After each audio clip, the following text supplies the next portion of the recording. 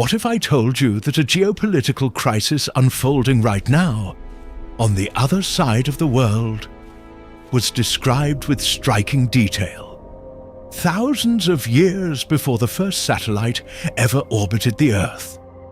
What if a shepherd, a priest, a prophet, writing by firelight in the ancient Near East, somehow put into words the very tensions, the very alliances, the very geography of conflict we are watching play out on our screens today? Iran, a nation of 88 million people, one of the oldest civilizations on the planet, a country sitting on the second largest natural gas reserves in the world. And right now, at this very moment, a nation that sits at the center of a storm that has not fully arrived. In the last 12 months alone, we have witnessed Iran-backed forces engage in unprecedented military activity across the region. We have seen direct confrontations that analysts called the closest to open war in decades. We have watched world powers move assets into position quietly, deliberately, like pieces on a board that's been set for a very long time. And then there is this Ezekiel 38 verse 5, written approximately 2,600 years ago. Persia, Ethiopia, and Libya with them. Ezekiel 38, 5 Persia, the ancient name for Iran. So let me ask you the question that brought you here today.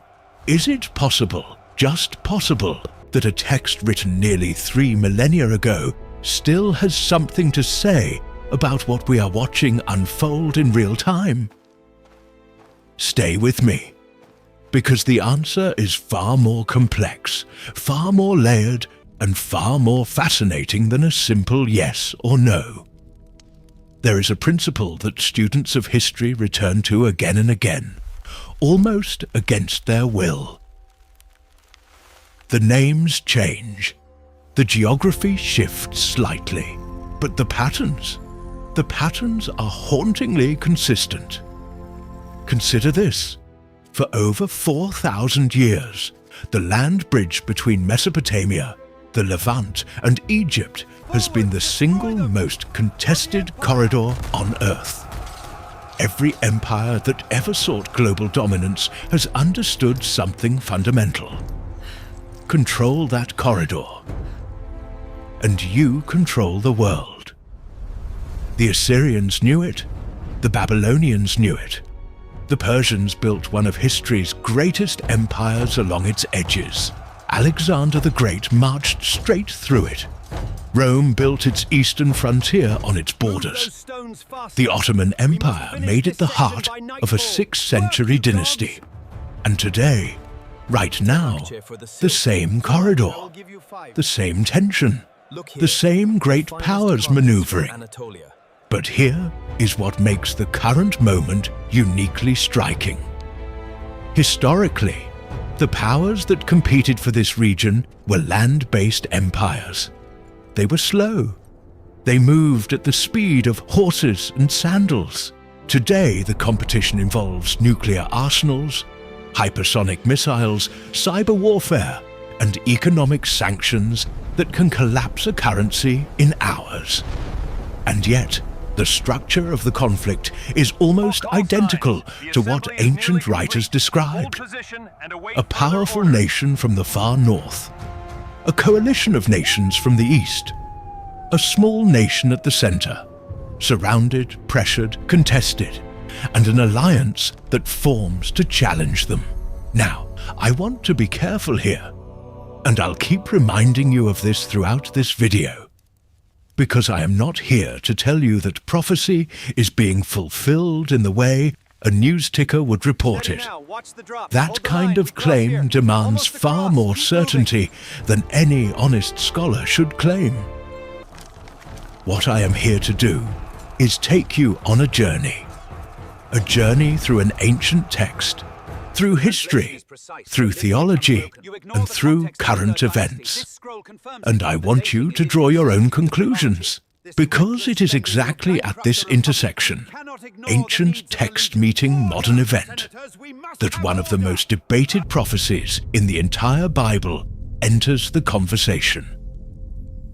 A prophecy that has fascinated rabbis, theologians, historians, and military strategists alike. A prophecy that names nations by their ancient names. A prophecy that describes a coalition assembling against Israel. And a prophecy that puts Persia, modern Iran, right at the center of that coalition. To understand why this matters, we have to go back, way back, to the very beginning of the conflict itself. The story begins, as so many stories in the ancient Near East do, with a promise made in the desert. Around 4,000 years ago, according to the biblical account, a man named Abraham left his homeland in what is now southern Iraq, the ancient city of Ur, and traveled west, following what he believed was a divine calling. He was told he would become the father of a great nation, that his descendants would inherit a specific piece of land, and that through them, something of universal significance would emerge. Abraham had two sons who matter enormously to this story. The first was Ishmael, born of an Egyptian servant named Hagar. The second was Isaac, born of his wife Sarah, long after the age when childbearing seemed possible. The biblical narrative makes clear that Isaac was designated as the heir of the covenant, the line through which the promise would continue. But Ishmael was not simply discarded. He too received a blessing, a specific blessing. He would father 12 princes. He would become a great nation. His descendants would be too numerous to count. Most scholars, Jewish, Christian, and Islamic alike, trace the roots of Arab identity back to Ishmael. And through Isaac, the line moves to Jacob, who is renamed Israel, and whose 12 sons give birth to the 12 tribes of Israel. 2 brothers, 2 destinies, one piece of land at the center, and from that ancient fracture, a tension that has never fully resolved. Now, enter Persia. The Persian Empire rose to dominance in the 6th century BC under Cyrus the Great. And here is one of history's great ironies. Cyrus, a pagan king, a Persian, a man who worshipped different gods, is the only non-Israelite figure in the entire Hebrew Bible referred to as God's anointed one. His Hebrew title, Mashiach, Messiah. It was Cyrus who issued the famous decree allowing the Jewish exiles, taken captive by Babylon, to return home and rebuild their temple. It is recorded in the book of Ezra, and the Cyrus cylinder, discovered by archaeologists in the 19th century and now housed in the British Museum, confirms that this was consistent with how Cyrus operated across his empire. So Persia, Iran, was once the protector of Israel, the nation that restored the Jewish people to their homeland after one of the darkest chapters in their history, which makes the current reality deeply ironic. Because the modern Islamic Republic of Iran, established in 1979, operates on an official state ideology that calls for the destruction of the State of Israel. Its leaders have called Israel a cancerous tumor to be eliminated. It funds and arms groups along Israel's borders whose stated mission is that destruction. The ancient protector has become the modern threat, and it is against this backdrop, this extraordinary reversal, that the prophet Ezekiel wrote something that scholars have been wrestling with for centuries. A prophecy about a future war, a coalition, an invasion, a moment of unprecedented crisis, and Persia is named explicitly. Let us read it together. The book of Ezekiel is one of the most dramatic and visually overwhelming texts in the entire Bible. Ezekiel was a priest who was taken into exile in Babylon in 597 BC, roughly a decade before the temple in Jerusalem was destroyed. He wrote during one of the most traumatic periods in Israelite history. His people had lost everything: their land, their king, their temple. And his visions were often breathtaking in their imagery and difficult in their symbolism. Chapters 38 and 39 of Ezekiel contain what many scholars call the Gog and Magog prophecy. Let me read you the core of it.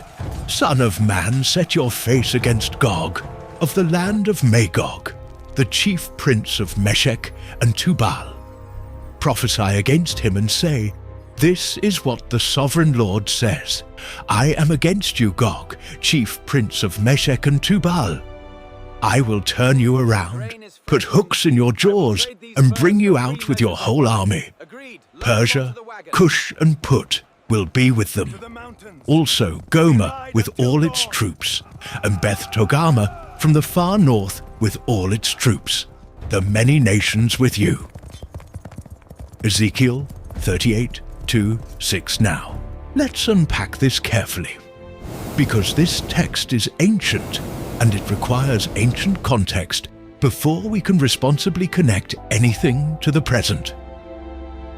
Gog of the land of Magog. This has been one of the most debated phrases in all of apocalyptic literature. Ancient Jewish commentators generally placed Magog in the region north of the Black Sea, what we would today call Russia, Ukraine, or the broader Eurasian steppe. The historian Josephus, writing in the 1st century AD, identified Magog with the Scythians, nomadic peoples of the north, Meshech and Tubal, ancient place names in Anatolia, roughly corresponding to modern Turkey. Persia. This one requires no translation. The text uses the word Paras in Hebrew. It is unambiguously the ancient name for the Persian Empire, modern Iran. Cush, most commonly identified with the region south of Egypt, ancient Ethiopia, Sudan, or northeastern Africa. Maput, typically identified with Libya or parts of North Africa. Gomer, ancient peoples of Central Europe or Turkey. Beth Togarmah from the far north, often associated with the Turkic peoples or regions of Central Asia and the Caucasus. Now here is where the text becomes even more striking. Ezekiel describes this coalition marching against a nation that has been restored to its ancient homeland after a long dispersion. You will say, I will invade a land of unwalled villages. I will attack a peaceful and unsuspecting people, all of them living without walls and without gates and bars. Ezekiel 38:11 this detail, a restored nation, gathered from among many nations, now living in peace, has led many interpreters across the centuries to see this as describing Israel after a period of exile and return. And then the passage takes one more extraordinary turn. The coalition advances, the attack appears overwhelming, and then, according to Ezekiel, something intervenes, something described in cataclysmic terms. In my zeal and fiery wrath, I declare that at that time there shall be a great earthquake in the land of Israel. I will execute judgment on him with plague and bloodshed. I will pour down torrents of rain, hailstones, and burning sulfur. Ezekiel 38:19, 22, an intervention. Not military, not political, something described as divine. Now, here is where the most important question of all enters the conversation. What exactly is this text describing? Because across 2,500 years of scholarship, and I mean serious scholarship, the answers have been remarkably varied. let's be honest about something. Whenever ancient prophecy meets modern headlines, there is a real danger. A danger that scholars have warned about for centuries. Of reading our own moment into an ancient text. Scholars call it eisegesis, reading into the text what we want to find, rather than reading out of the text what the author actually intended. So let's survey the major interpretive positions seriously. View 1. Historical literal fulfillment. Some scholars, particularly within certain evangelical and conservative theological traditions, argue that Ezekiel 38-39 describes a literal future military coalition that will one day march against the modern nation of Israel. They point to the specific naming of nations, the geographical details, and what they see as the incompleteness of any historical fulfillment. Since no event in recorded history perfectly matches the description, they argue the prophecy must still await fulfillment. Notable proponents include theologians like John Walvoord, Charles Ryrie, and commentators within the dispensationalist tradition.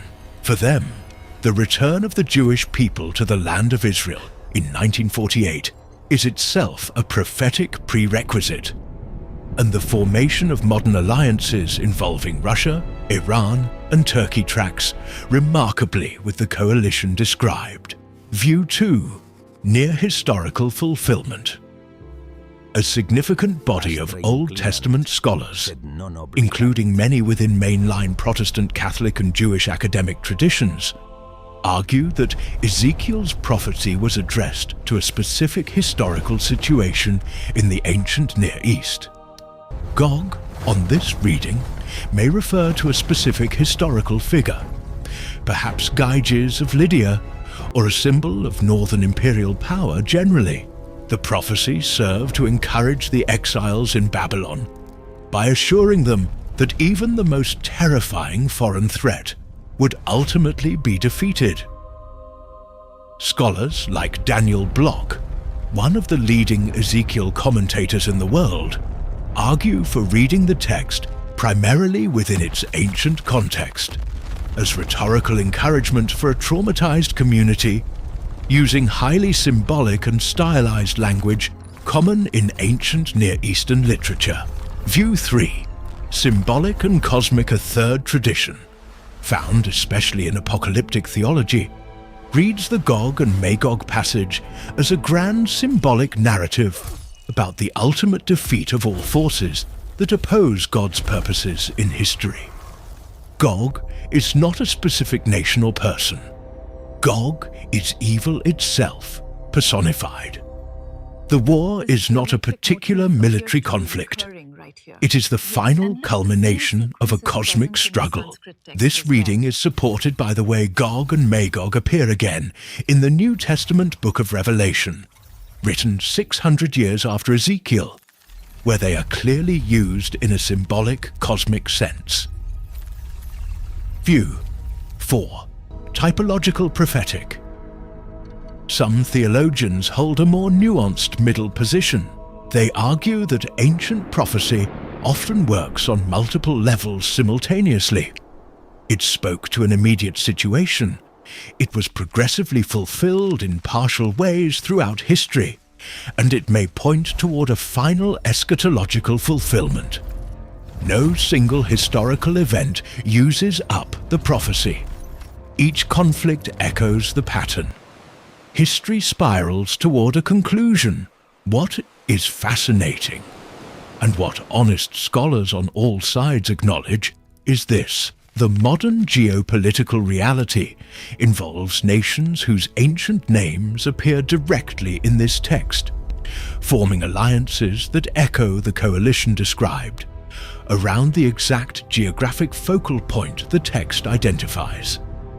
Whether that is prophetic fulfillment, remarkable coincidence, or the natural result of enduring geopolitical dynamics, that is the question each thoughtful reader must wrestle with, and it is precisely because that question has no simple answer. that the conversation has continued for 2,600 years. With that honest theological context established, let us look at what is actually happening right now. And I want to be precise here. I am not claiming that these events are the fulfillment of Ezekiel 38. What I am doing is presenting observable, verifiable geopolitical realities and noting where they intersect with the ancient framework. Iran, Persia. The Islamic Republic of Iran has, in recent years, dramatically expanded its regional influence. Through a network of proxy forces, Hezbollah in Lebanon, Hamas and Palestinian Islamic Jihad in Gaza, the Houthis in Yemen, and Shia militias in Iraq and Syria. Iran has established what its own military commanders call the axis of resistance. This is not a fringe observation. It is the stated policy of the Islamic Revolutionary Guard Corps, documented by international intelligence agencies, confirmed by Iranian leadership in public statements. Iran's nuclear program, suspended, restarted, negotiated over for decades, has brought it closer than ever to weapons-grade enrichment capacity, according to International Atomic Energy Agency reports. Russia and the question of the far north. One of the most discussed aspects of the Gog and Magog coalition is the description of its leader as coming from the far north. If you draw a line directly north from Jerusalem, a line that passes through Turkey, the Black Sea, Ukraine, and continues into the Russian heartland, you arrive at Moscow. This geographic observation is not new. It has been made by commentators for decades. What is new is the dramatically expanded Russia-Iran strategic relationship. In recent years, the two nations have signed major defense cooperation agreements. Iran has supplied Russia with Shahed series drones used extensively in the Ukraine conflict, confirming a military-industrial relationship that would have seemed improbable a generation ago. Russia has provided Iran with advanced air defense systems. Their joint naval exercises have grown more frequent and more complex. Turkey, the Meshek Tubal. Question Turkey's position is perhaps the most nuanced and most watched. A NATO member that has simultaneously developed deep economic and diplomatic ties with Russia. A nation with significant military presence in Syria, Libya, and Azerbaijan. A government that has expressed increasingly Islamist foreign policy orientations. The ancient regions of Meshek and Tubal are, in many scholarly maps, located in what is now central and eastern Anatolia. Modern Turkey. The significance of Turkey's geopolitical drift, away from Western alliances and toward a more independent, sometimes adversarial posture, is being discussed in foreign policy circles entirely independently of any biblical framework. It is simply what is happening. Israel, the nation at the center. And then there is the nation at the center, Israel. A modern state re-established in 1948 after 2,000 years of diaspora. A nation that, whatever one's political or theological views, represents one of history's most extraordinary cases of a people returning to an ancient homeland. A nation currently surrounded by hostile forces on multiple borders. A nation that has struck Iranian military assets in Syria. A nation that launched the most significant direct military action against Iran itself in modern history. A nation that is, by any reasonable geopolitical analysis, the single most contested piece of real estate on the planet. The ancient text describes a coalition forming, circling, waiting. The modern map shows something that rhymes with that description. Remarkably, I want to slow down for a moment Because everything we've discussed so far, the geopolitics, the ancient texts, the theological debates, it can become a kind of intellectual exercise, an impressive arrangement of information, a puzzle to be solved. But the people who wrote these texts were not writing intellectual puzzles, they were writing to people in real crisis, who needed something more than information. Ezekiel wrote to exiles, people who had lost their homes, their temple, their sense of future. People who looked at the world around them and could not see how the pieces would ever come back together. And what did he say to them? This is what the Sovereign Lord says: I am against those who are against you. Not, the world is getting better. Not, your enemies will all become friends. Not, conflict has ended and peace has arrived. But rather, in the middle of the most disorienting geopolitical chaos you can imagine, there is a larger story being told, and you are held within it.